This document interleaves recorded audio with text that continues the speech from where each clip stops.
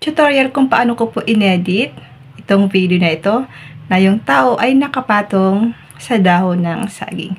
Madali lang po yan guys, basta sundan nyo lang po ang gagawin ko.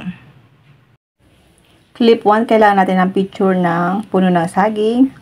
At clip 2, kailangan mo lang po mag-video na nakapatong ka sa upuan katulad nito guys. Ngayon, buksan na po natin ang ating CapCut application. Kung wala pa kayo guys CapCut, pwede nyo po ito ma-install sa inyong mga Play Store. Click New Project. Hanapin lang po natin guys yung first clip natin, yung picture ng daw ng saging. Dito po sa baba, hanapin natin ang aspect ratio. Piliin po natin ang 9:16 kasi sa Reels po ito. Then, ayusin lang po natin. Then, tap na po natin ang check. Ngayon guys, i-adjust natin to hanggang 4 seconds. Tap mo lang ang picture, then line mo siya guys. Para mapunta siya sa 4 seconds or 5. Then, tap natin ang plus sign. Hanapin naman natin ang second clip na kung saan nag-video tayo guys. Na nakaapak tayo dun sa upuan. Okay? Tap na po natin ang second clip. Sa baba, hanapin nyo po ang overlay. I-tap lang natin itong overlay. Then, hilahin po natin or hold and press po natin guys yung ating second clip. Ipantay po natin sa first clip. Then, tap ulit natin yung second clip. Dito po sa baba, hanapin nyo po ang remove BG.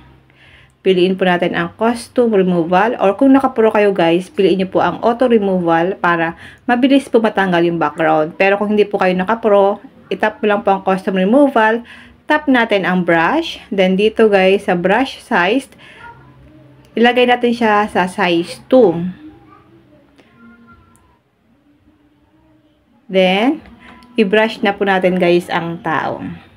Huwag nyo pong bibitawan hanggat hindi pa po kayo or hindi nyo pa po nababrush ng maayos yung tao. Okay? Ayusin nyo na lang guys kapag magbabrush tayo ng ganito. Dahil tayo, bibilisan natin guys yung video. Okay?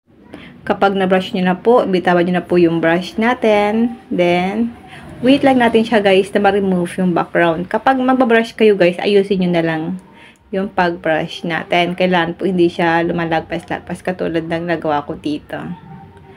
Dapat po yung sakto lang dun sa tao.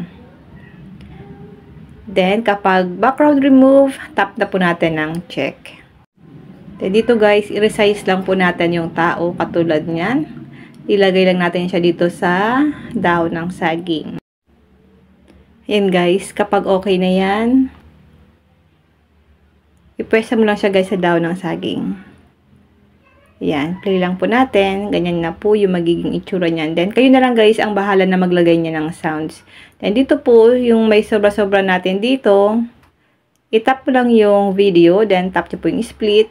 Tap nyo po yung delete. Kapag okay na yan guys, itap nyo na po yung export. Masasave na po yan sa inyong mga photos or gallery.